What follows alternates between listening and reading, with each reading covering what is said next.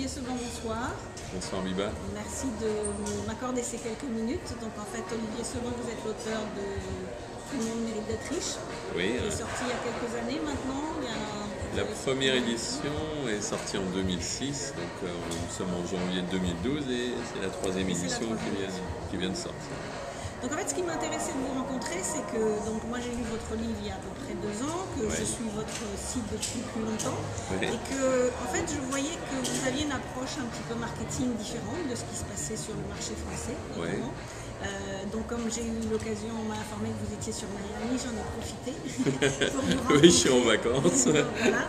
Donc merci aussi de m'accorder ces quelques minutes pendant vos vacances. Et je trouvais que c'était intéressant aussi de faire cette vidéo pour montrer aux gens qu'il y a plusieurs façons de faire du business.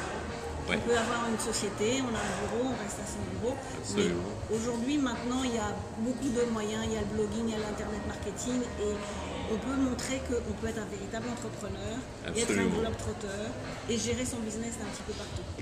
Complètement. Bon, déjà, moi, peut-être il y a une précision qu'il faut apporter, ce qu'on appelle l'internet marketing. Ça permet de vendre son activité sur Internet. C'est-à-dire ça pourrait être du shop marketing. Si on a une boulangerie dans la rue, on essaye de vendre du pain.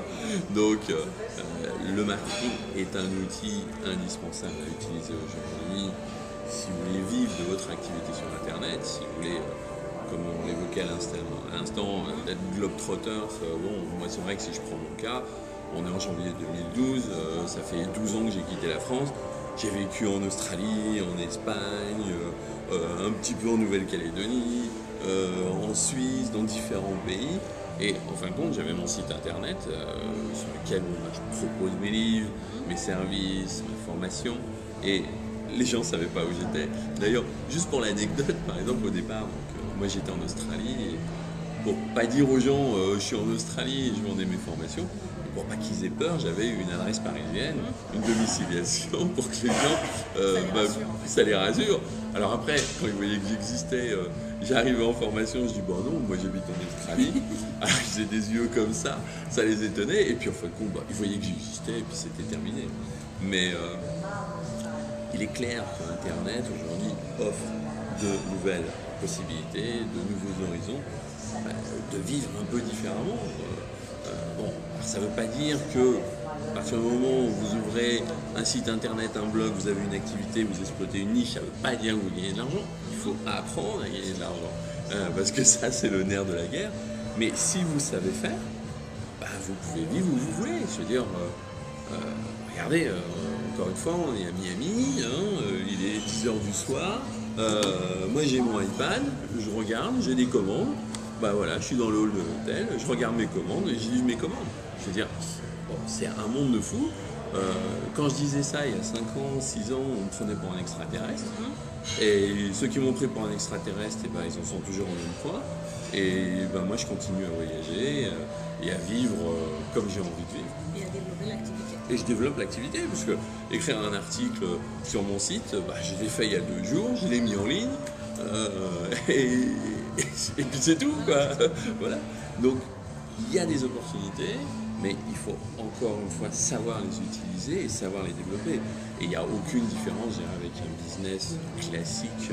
J'ai pris les cas d'une boulangerie, mais c'est la même chose. Je veux dire, vous pouvez être boulanger, si vous ne savez pas vendre votre pain, vous n'en vendrez pas, et puis vous ne gagnerez pas d'argent et vous fermerez boutique. C'est la même chose avec un site internet, un blog, ou tout ce que vous voulez. Si vous ne savez pas promouvoir ce que vous faites, vous ne vendrez rien, vous ne gagnerez pas un rond et vous fermerez boutique.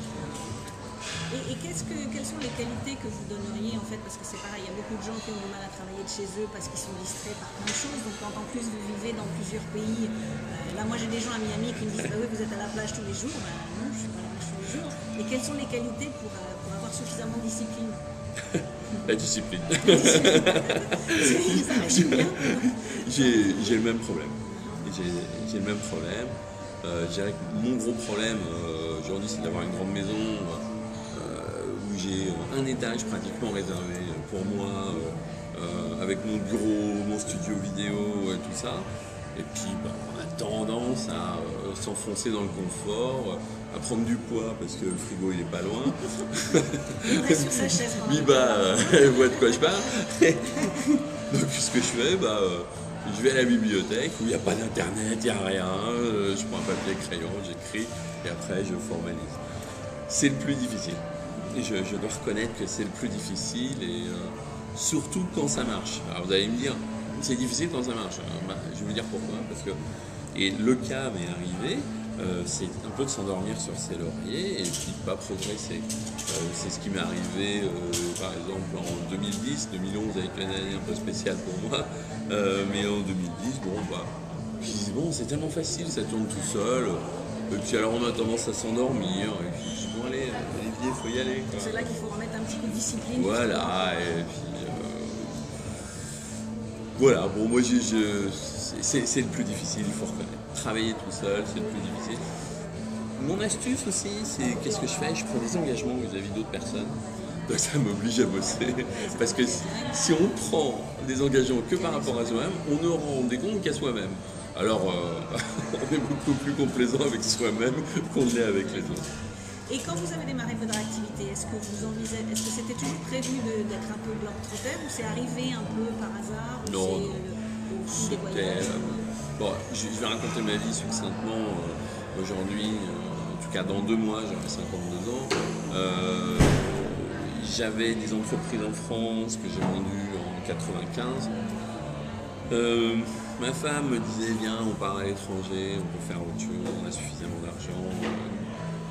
J'avais encore un peu de business qui tournait et puis j'ai dit non. Puis ce business-là il s'est arrêté et j'ai dit bon allez viens si tu veux on s'en va. Et on est parti le 12 juillet 2000 pour être exact, on est parti en Australie. Alors pourquoi l'Australie? Un peu par défaut si je peux dire, dans le sens où on voulait partir à l'étranger, mais on ne savait pas où aller, mais mon frère est marié à une Australienne, il habite en Australie, donc sommes partis en Australie. Et l'autre chose, il y avait les Jeux Olympiques à Sydney en 2000. Et j'ai dit allons-y. Et franchement, on a passé 3 ans là-bas, c'est fantastique. C'est un peu comme Miami, quoi. Et je veux dire, on a du soleil toute l'année, on vit bien, c'est agréable. Il n'y a pas de chauffage dans les maisons, on est en short toute l'année. Bon, il y a des périodes plus ou moins fraîches, mais globalement, il y a un confort de vie très intéressant. Et le plus fou, c'est ce que je disais encore tout à l'heure, c'est que le business, je faisais du business sur mon ordinateur, avec mon site, je vendais mes formations, j'écrivais mes bouquins, je vendais mes bouquins. Les gens ne savaient pas que j'étais en Australie et je vendais en France. Mais c'était une histoire de fou. D'ailleurs, au départ, je me rappelle, c'était des cours. Bon, j'ai commencé, j'ai fait pas mal de training dans ma vie il y a 10-15 ans. Et je vendais des cours sur le training. Et donc j'envoyais, le PDF n'était pas très développé à l'époque, j'envoyais ça. Et les gars, je leur glissais un t-shirt de l'Australie. Et j'ai envoyé ça à la poste. Ils étaient très étonnés, ça les faisait sourire. Bon, j'étais content. Ils voyaient que j'existais. Bon, mais c'est une vie incroyable. Mais il faut avoir le courage de se la faire, cette vie. C'est-à-dire qu'il y a beaucoup de gens qui en rêvent, qui voudraient. Alors, ça les arrange de croire que ça n'existe pas. Pourtant, moi j'en connais plusieurs qui le font. Mais il faut avoir le courage de le faire. Le principal problème dans toutes les entreprises, c'est d'avoir le courage de passer à l'acte et de faire les choses. C'est le plus grand problème. Et quel est par exemple, par rapport à les auditeurs qui sont plus, les gens qui sont plus intéressés de venir s'installer aux États-Unis, quand on part dans un pays différent s'installer pour monter sa société, dans le cas c'est toujours la même, vous changez de lieu, mais c'est toujours plus ou moins la même. Non, je recrée oui, c'est la même activité, mais je recrée l'entreprise dans chaque pays, bien sûr. Quelle est la première chose, ou les 3 choses importantes quand vous arrivez dans un pays par rapport à votre création de société? La création de la société en tant que telle, c'est pas grand-chose. Bon, vous trouverez, mais si vous ne parlez pas très bien la langue, vous trouverez toujours un comptable francophone. On arrive en Australie, on parlait anglais, on parlait anglais mais pas australien. Je précise. Donc, c'est pas complètement la même chose. Et donc, vous trouvez toujours un avocat ou un comptable australien qui va vous aider à faire les démarches. Bon, c'est vrai que dans mon cas, moi, c'est mon business, il était orienté sur la francophonie, sur la France, donc j'avais pas de contact avec les locaux pour leur vendre quelque chose. Mais il est clair que quel que soit le pays, bon, même si moi je vendais en France, on revient toujours au mot magique, si je peux dire, qui s'appelle le marketing. C'est-à-dire, si vous savez vendre, que ce soit vous, un produit, ben vous gagnerez toujours d'argent. Et le mot magique, encore une fois, le marketing, apprenez à vendre et vous pouvez aller dans n'importe quel pays, faire n'importe quoi. Je veux dire, on a une connaissance commune, Paul, qui est agent immobilier, et je veux dire, il était agent immobilier en France, il est agent immobilier à Miami. Quelle différence il y a? Bien sûr, les lois sont différentes au niveau des fondations, peu encore, il n'y a pas beaucoup de différence, mais savoir vendre un appartement, si vous savez le vendre en France, vous savez le vendre ici, c'est tout, quoi. Donc après, ce que vous disiez, c'était juste l'action. C'est décider qu'il faut passer à l'action, et c'est peut-être ça le plus. L'action. Ça se résume une chose. Si vous faites rien, vous n'aurez rien. C'est tout. Je ne peux pas vous garantir que si vous faites, vous aurez d'excellents résultats. Vous aurez des résultats. À vous de savoir en tirer parti. Si vous avez des bons résultats, des excellents résultats, bah vous serez content, vous gagnez de l'argent.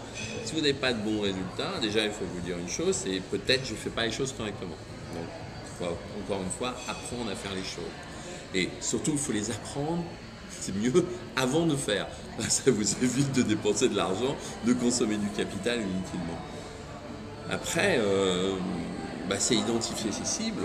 Il est clair que par exemple, prenons le cas encore de la boulangerie que nous faisons à Miami, il faut savoir vendre du savoir-faire français, puisqu'on a en France une image culinaire qui est très développée, on a une image par rapport à ça, c'est ce qu'il faut vendre. Moi je vois par exemple, tiens, aujourd'hui on a été manger un sandwich dans la boulangerie Paul, qui est une chaîne qui est très développée en France, il y en a quelques-uns à Miami. Et ben c'était les produits français. Alors là on a mangé, ça fait 10 jours que je suis là, 5 jours on sait plus, on mange américain et puis des trucs, on mange sur le pouce et puis après on en a marre, genre bouffe, je cherchais un mot plus soft mais avec des goûts saturés et tout ça, et puis après bon, on sélectionne. Et on se rassure. Bien revenir à quelque chose qu'on connaît. Bien sûr. Et puis les gens, au final, il n'y avait pas que des Français chez Paul. Hein. Il y avait beaucoup d'Américains parce qu'on mange bien. Et des produits simples. Il y a des sandwichs, Paul. Je veux dire, il n'y a rien de fantastique, mais c'est des sandwichs bons. Donc identifier ça ici. Et surtout, donner aux gens ce qu'ils ont besoin. Et l'exemple que je reprends régulièrement, si vous essayez de vendre des espadrilles ou des tongs au pôle Nord, vous allez avoir beaucoup de mal, quoi. Et c'est ça souvent l'erreur des gens, c'est qu'ils pensent à une idée, ils veulent vendre cette idée plutôt que d'essayer de vendre ce que les gens veulent. Ouais, ça c'est une des règles du marketing de base. Vous ne vendrez pas, ne cherchez pas à vendre ce que vous voulez vendre. Il faut que vous vendiez ce dont les gens ont besoin. Les gens dépenseront de l'argent pour deux choses. Pour ce dont ils ont besoin et par ce dont ils seront séduits. Il y a une société qui excelle dans cet art, aussi bien au niveau du besoin que de l'envie, c'est Apple. Ils vous vendent des produits, ils les rendent magiques, avec des fonctionnalités réelles, des utilités réelles, et la sauce apprend. Je veux dire, si vous savez faire ça, vous avez tout gagné. Mais savoir peut-être adapter très vite, effectivement, si le marché change, savoir s'adapter rapidement. Ouais, ça il faut reconnaître, c'est pas bien entendu facile. Mais passer à autre chose, je pense que c'est très important parce que il y a beaucoup d'entrepreneurs, moi j'ai toujours été chef d'entreprise, même si l'Internet ça fait 10 ans, j'avais des ans en société avec des locaux, des employés, tout ça. Être capable de dire je ne gagne plus d'argent, donc j'arrête l'activité. Et ça, il y a énormément de gens qui sont incapables de faire l'impasse sur ce genre de choses et d'avoir cette réaction. Et je suis effaré. Moi j'avais des copains à l'époque, il y a 15 ans, dans des sociétés informatiques qui perdaient quand même à l'époque 1 million de francs par mois, donc 150 000 €. Mais je disais, mais arrête, ça sert à rien, il n'y a plus de fric à gagner. Dans l'informatique, moi j'étais essentiellement dans l'informatique, qui a plus de fric à gagner. Arrête. Et il continuait, il a déposé le bilan avec un passif fantastique.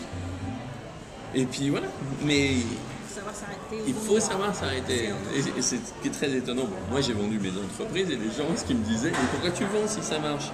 Et les gens, la plupart du temps, ils essayent de vendre une entreprise quand ça marche plus. Mais ça intéresse personne. Ça intéresse. Quand vous voulez acheter un placement, une action en bourse, c'est parce qu'elle gagne de l'argent. C'est pas parce qu'elle en perd. Donc, moi, mes conseils, je dirais, au niveau marketing, tiens, je peux vous en donner un autre qui a certainement changé ma vie. Ne faites jamais comme tout le monde. Ne faites jamais comme tout le monde. Si vous faites comme tout le monde, vous aurez le même résultat que tout le monde. En tout cas, que la majorité de tout le monde. Et qu'est-ce qui se passe? Je vais prendre un parallèle sur un sujet que je connais bien, c'est-à-dire l'argent.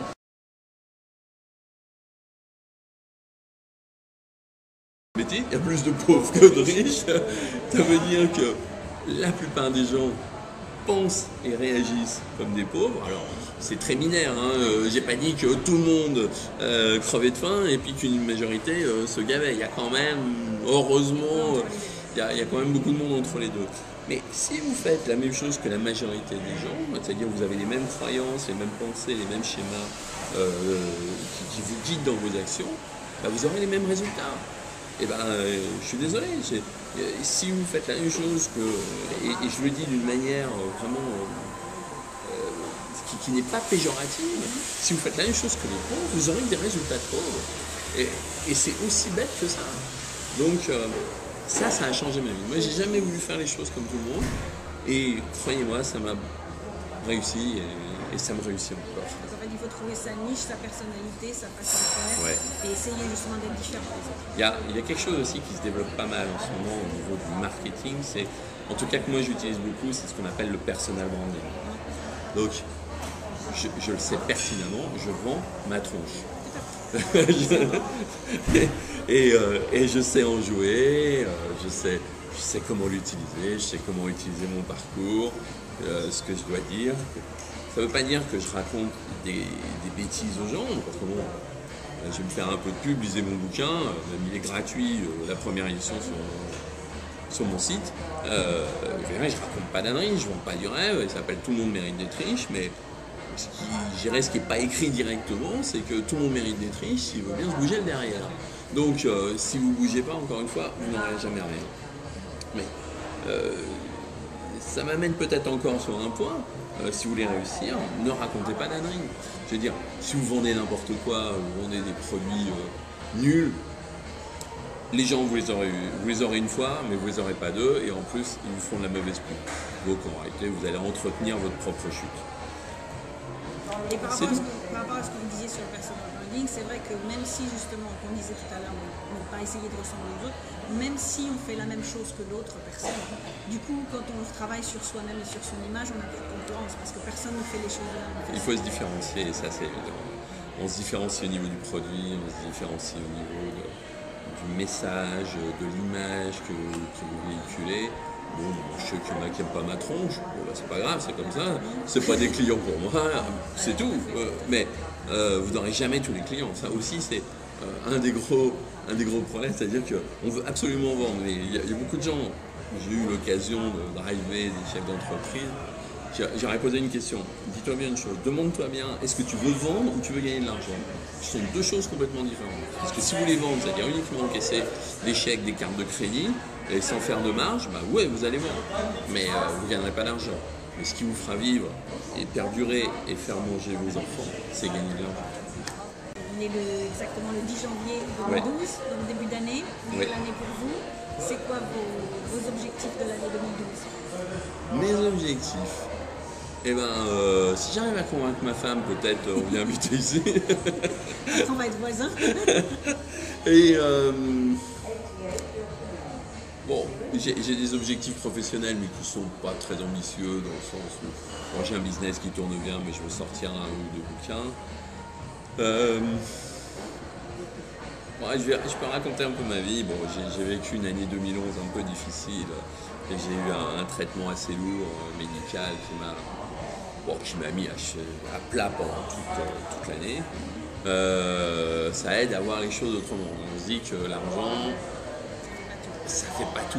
Alors, mais c'est plus facile de le dire quand on en a qu'on n'en a pas. Donc ça, j'en suis parfaitement conscient. Donc moi, j'ai des objectifs de vie, je dirais, qui sont très recentrés, je dirais, sur la redécouverte des autres, peut-être. J'étais peut-être devenu un peu moins sensible aux autres, mais je dirais que aujourd'hui, je suis plus préoccupé par mon bonheur personnel, allez, c'est très égoïste, mais par mon bien-être personnel et l'argent en second lieu. Mais c'est vrai que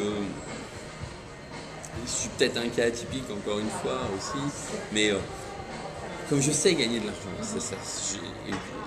Excusez-moi, mais je le dis vraiment sans prétention. Moi, je gagne de l'argent depuis l'âge de 14 ans, 15 ans. Et je me suis bougé, j'ai distribué des fleurs, j'ai livré des fleurs quand j'avais 15 ans. Je suis né en région, à Paris d'ailleurs, avec le fleuriste en bas de chez moi au 1er mai, tout ça, je livrais des fleurs. Et j'ai toujours gagné mon argent par moi. Et je sais comment gagner de l'argent. Donc ça pour moi, c'est pas une angoisse. Alors de fait, que ce ne soit pas une angoisse, c'est qu'une priorité et ça fait que je remets d'autres choses en avant. Donc moi, mon but, mon objectif, c'est d'être peut-être beaucoup plus proche de ma famille et puis peut-être de les aimer plus. Alors peut-être ça n'a pas grand-chose à voir avec le marketing, mais ça fait partie de la vie. Ça fait partie de la vie. Sa vie privée, ça intègre. Et si, c'est ce que j'allais dire, c'est-à-dire que si vous vivez bien avec votre entourage, bah, le reste suit. Ouais, je peux vous donner encore peut-être une astuce, un conseil dont on parle très peu et qui fait partie de la vie, de l'argent, du bonheur. Je vais vous donner la formule magique du bonheur et de l'argent. Si vous voulez être plus heureux dans votre vie, vous avez intérêt à passer plus de temps avec ceux que vous aimez. Si vous voulez gagner plus d'argent, vous avez intérêt à passer plus de temps à gagner de l'argent. Automatiquement, vous aurez des résultats. Mais il faut définir vos priorités. Et au lieu d'essayer de travailler plus à gagner de l'argent, pour gagner plus d'argent, moi, le meilleur conseil que je puisse vous donner, c'est travailler mieux pour gagner autant, voire plus. Et à partir de ce moment-là, vous libérerez du temps. Essayez d'augmenter votre taux horaire, tout simplement. Vous libérerez du temps et vous passerez plus de temps avec votre famille, vous serez plus heureux et vous allez voir que si vous ne cédez pas je dirais, aux tentations de la société de consommation qui vous vend que du superflu, j'ai pas dit que j'ai été un moine, mais j'adore les gadgets, tous ces trucs-là, mais il faut savoir qu'est-ce que vous voulez de votre vie. Et croyez-moi, c'est peut-être un peu en décalage de tout ce que je viens de vous raconter, mais si vous êtes bien dans votre vie, vous serez bien dans votre business, vous allez vous éclater, vous vous amuserez, et vous vous amuserez. Moi, je crois que je me suis toujours amusé à faire du business. Et quand vous vous amusez, vous éclatez, vous êtes content, et c'est plus facile. Et quand on fait ce qu'on aime, on n'a pas de contraintes. C'est vraiment... Ouais. Même si on y travaille 24 heures sur 24, à la limite, c'est pas du travail. C'est ce que ça c'est clair. Mais le maître mot, peut-être sera la conclusion, c'est oser. Oser et ne croyez pas que les autres sont meilleurs que vous. Les autres pensent la même chose de vous, mais il ne faut pas oublier que vous êtes les autres pour les autres, si vous me comprenez bien. Et vous serez toujours plus intelligent que ceux qui parlent beaucoup et qui font rien, et que même, allez, encore une fois sans être péjoratif ou essayer de vous rabaisser, c'est absolument pas mon but, même si vous avez moins de neurones que les autres, si vous faites les choses, vous aurez beaucoup plus que les autres. Je vous remercie beaucoup pour ce temps, c'était un plaisir de faire votre connaissance, c'était un peu imprévu, mais c'est ça aussi le business, la façon dont on le gère en fait. Voilà, donc c'est un coup de fil, c'est un échange. C'est l'imprévu. C'est l'imprévu. En plus, juste pour vous donner la petite histoire, quelqu'un m'a dit dans l'après-midi que vous étiez sur Miami, j'ai envoyé un email immédiatement, c'est vrai qu'on ne s'est jamais rencontrés, on a dû échanger quelques emails Absolument. Un an si ce n'est plus. Oui, et puis voilà, c'est réagir, dire de suite, voilà, on a une opportunité de se rencontrer, peut-être qu'on se reverra jamais. Mais bon, moi, on va immortaliser. Mais c'est ça aussi, être entrepreneur, c'est savoir prendre les opportunités, rencontrer les gens. Et puis merci encore, ça a fait plaisir. Et puis c'était l'occasion aussi pour mes lecteurs qui ne vous connaissent peut-être pas encore de vous connaître mieux, en tout cas de vous connaître différemment, et surtout d'avoir l'exemple de quelqu'un qui fonctionne de cette façon-là et qui est réussi depuis des années. Et justement, ce qui m'intéressait, c'était de montrer qu'on peut être entrepreneur de n'importe où, de gérer son business. On n'a pas besoin d'être dans une maison ou dans alors excusez-moi, je vais encore compléter. Mais il est clair aussi que si vous voulez bosser sur Internet, avoir un business sur Internet, il faut que vous adaptiez votre vie à l'Internet. Donc, ce n'est pas l'Internet qui va s'adapter à votre vie. Donc ça, il faut en être conscient. Et encore une fois, avoir le courage de faire les choses, oser faire les choses. Le maître mot, il est là-dedans. Vous en savez assez, généralement, pour savoir ce que vous devez faire si vous êtes déjà compétent dans votre business. Et regardez autour de vous, tous les gens qui vous ont dit « mais moi je vais faire, oui je vais faire » et qui n'ont jamais rien fait de leur vie. Ils arrivent 10 ans, 15 ans plus tard et ils n'ont pas fait. Et ils ont des contraintes sur le dos, ils ont un crédit, ils ont des enfants à faire manger, ce qui est normal, hein, c'est la vie de tous les jours. Et ben ça les freine, et puis peut-être certains sont frustrés, ils n'osent pas changer de boulot. On estime qu'il y a à peu près 2/3 des gens qui bossent, qui font un boulot qu'ils n'aiment pas et qui côtoient 80% des gens qui côtoient, ils n'ont pas envie de vivre avec eux. Ok, ben merci pour tous ces conseils. Bonne année 2012. Bonne année à vous aussi. Et puis à bientôt tout le monde. Ok, Merci, au revoir.